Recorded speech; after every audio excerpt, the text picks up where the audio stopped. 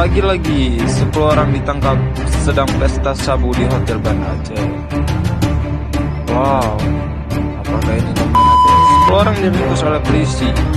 Polisi tangkap perempuan dan 3 pria diduga terkait tindak pidana penyalahgunaan narkoba jenis sabu.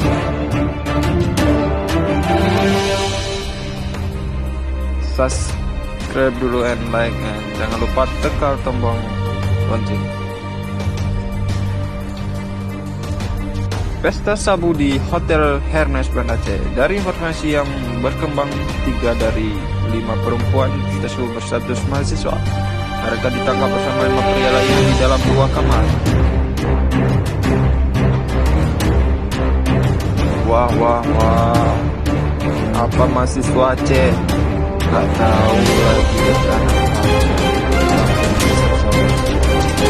Bidang Narkotika dan Alat Insan, Direktur Riset Narkoba Polda Aceh Kombes Anwar mengatakan bahwa bisa menetap atas dan pengembangan. Thank you very much sudah nonton, jangan lupa subscribe.